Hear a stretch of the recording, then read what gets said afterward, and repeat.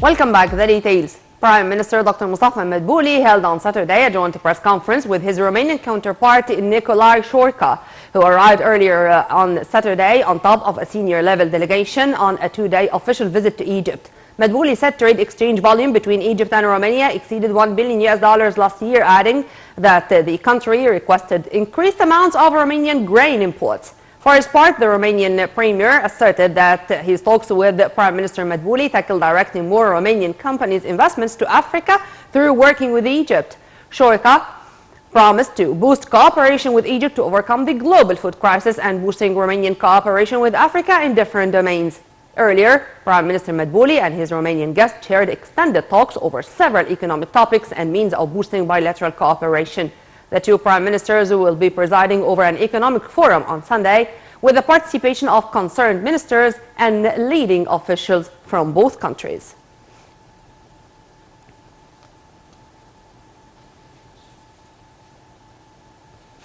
Under the auspices of President Abdel Fattah el-Sisi, the 29th International Holy Quran competition kicked off in Cairo. Minister of Endowments Dr. Muhammad Mukhtar Gum'a thanked President el-Sisi for sponsoring the competition, calling on doubling the prizes to exceed £2 million instead of £1 million.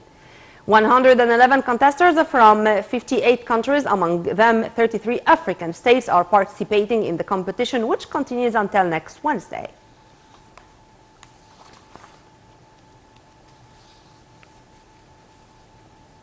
The World Youth Forum Administration held on Saturday a press conference announcing that the 5th edition of the forum will not be launched as usual in the resort of Sharm el-Sheikh, and all sponsors' revenues will be allocated to fund a number of initiatives and development projects.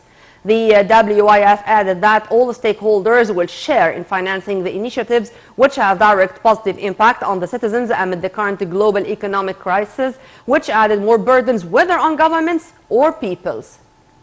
A press communique was also released revealing that the programs and initiatives include support to new startups, small and medium projects via business incubators, and paid training programs.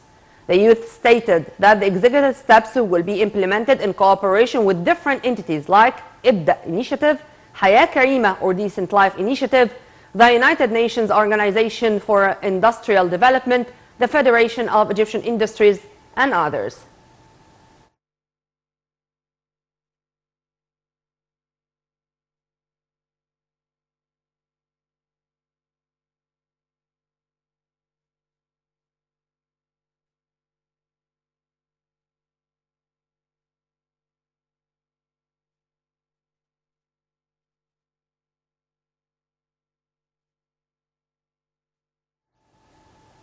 The Foreign Ministry said it continues to follow up on the circumstances of the discovery of the body of a dead Egyptian national inside his car in a remote rural area in the Italian city of Selvina.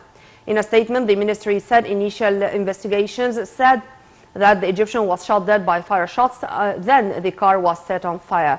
Italian authorities told the Egyptian consulate in Milan that the death took place on the 13th of January. The statement added that the Egyptian consulate in Milan continues its extensive contacts with the relative Italian authorities to follow up the developments of the case and reveal the results of the investigations into his death. The Ministry of Interior continued its efforts to combat crimes in all forms. During the last month, the ministry succeeded in spotting more than 35,000 of commodities fraud, including 151 cases of selling gas cylinders in the black market, 169 cases of petroleum products, 358 cases of seizing subsidized commodities, and 805 cases of selling goods at overprice. Concerning achieving traffic discipline, security authorities have spotted more than 2,700,000 traffic violations. The Interior Ministry has also filled in more than 1,000 cases of violating intellectual property rights.